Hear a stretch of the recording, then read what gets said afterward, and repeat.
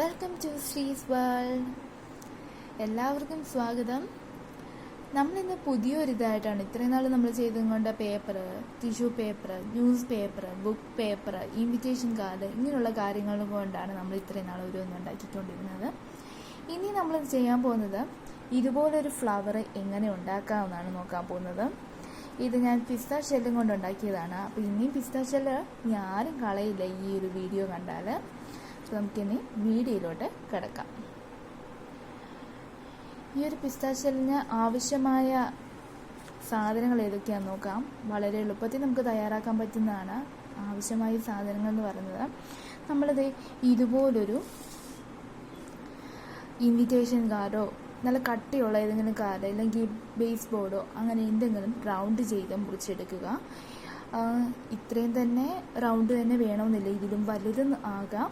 അത് ഷെല്ല് നമ്മുടെ കയ്യിലുള്ളതനുസരിച്ച് നിങ്ങൾ ഇതുപോലെ റൗണ്ട് ചെയ്യുക.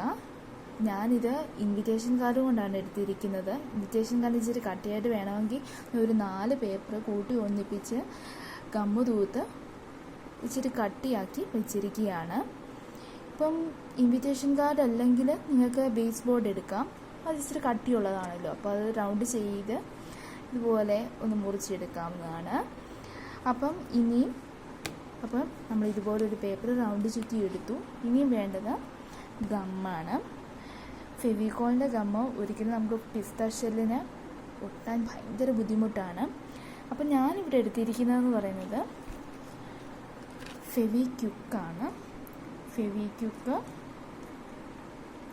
ഫെവിക്വിക്കും ഫെവി ബോണ്ടും എടുത്തിട്ടുണ്ട്. ഫെവിക്വിക്ക് കുറവാണ്, എന്നാലും ഫെവി ബോണ്ടും കൊണ്ട് നമ്മൾ ചെയ്യുന്നത് അത്രയ്ക്ക് ഇത് രസമില്ല. ഞാൻ ഫെവി ബോണ്ടും കൊണ്ട് ചെയ്ത് കുളവായ ഇതാണ് ഇത്. കണ്ടോ, എവിടെയൊക്കെ ആയിട്ട് ഒരു നൂല് പോലൊക്കെ കാണുന്നില്ല. അപ്പോൾ ഫെവി ബോണ്ട് അത്രയ്ക്ക് ഒട്ടാൻ സാധ്യത കുറവ്. ഇപ്പം തന്നെ നമ്മളിതെല്ലാം പിടിച്ചാൽ ഇളകി വരും. എന്നാലും നമുക്ക് അതില്ലാതെ പറ്റില്ല. പിന്നെ വേണ്ടത് പിസ്ത ഷെല്ലാണ്. എൻ്റെ കയ്യിൽ ഇത്രയേ ഉള്ളൂ പിസ്ത ഷെല്ല്. അതിനനുസരിച്ചാണ് ഞാൻ ഈ ഒരു ചെറിയൊരു വട്ടമായിട്ട് എടുത്തിരിക്കുന്നത്.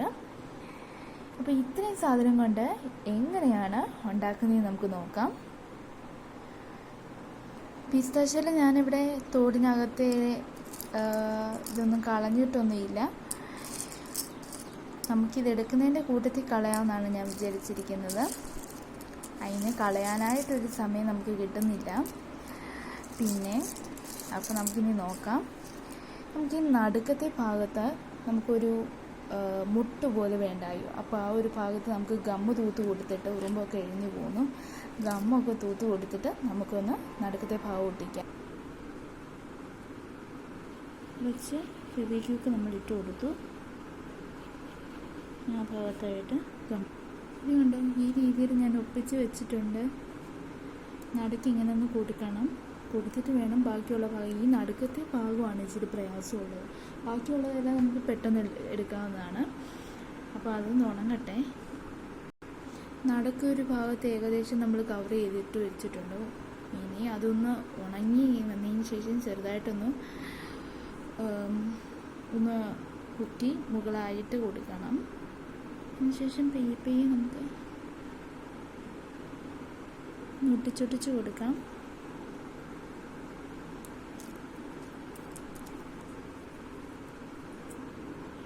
ഇങ്ങനെ നമുക്ക് ഫുള്ളായിട്ടൊന്ന് കവർ ചെയ്യാം. ഓരോന്നിൻ്റെ ഇടയിൽ ഓരോന്നായിട്ട് ഗമ്മ് തൂത്തെടുത്ത് കൊടുത്തിട്ട് വരാം.